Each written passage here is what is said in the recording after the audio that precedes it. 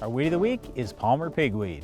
Palmer pigweed is a very tough weed, and it's resistant to a number of different chemistries. Be specific. Glyphosate, ALS, what else you got? It depends on where you're at, because you may have PPO resistance. You certainly have Roundup and ALS resistance. Maybe atrazine. Now we're starting to see some that may be resistant to some trifluralin, Brian. We're seeing trifluralin work less, but I'll say this. Trifluralin isn't used at its full maximum rate, so it's never been great on pigweed. It's just been a helper.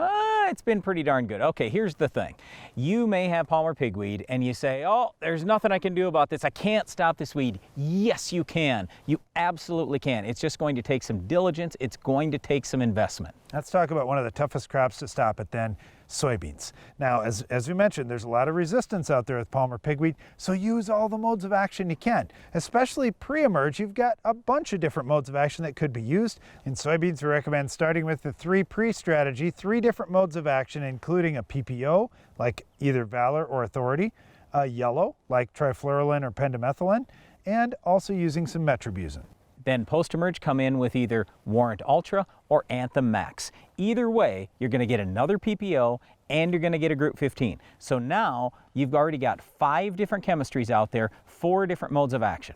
We definitely want to plant soybeans where you can spray Liberty over the top. That helps a lot because there's no resistance to Liberty yet. And we want to spray that Liberty timely so we don't have great big weeds that we're trying to kill. And then, of course, if you're using either Enlist or the new Extend Flex, you've got other herbicide options you can use too. And then don't forget, there's also Cobra, there's Cadet that could be used again, there's Ultra Blazer. There are many options for Palmer pigweed.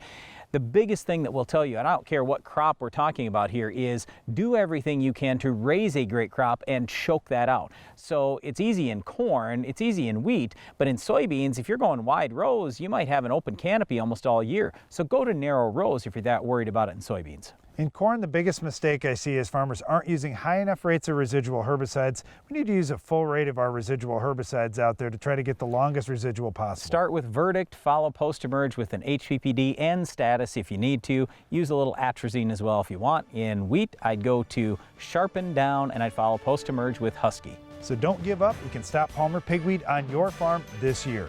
That's all the time we have for this week's Weed, but Iron Talk is coming up next.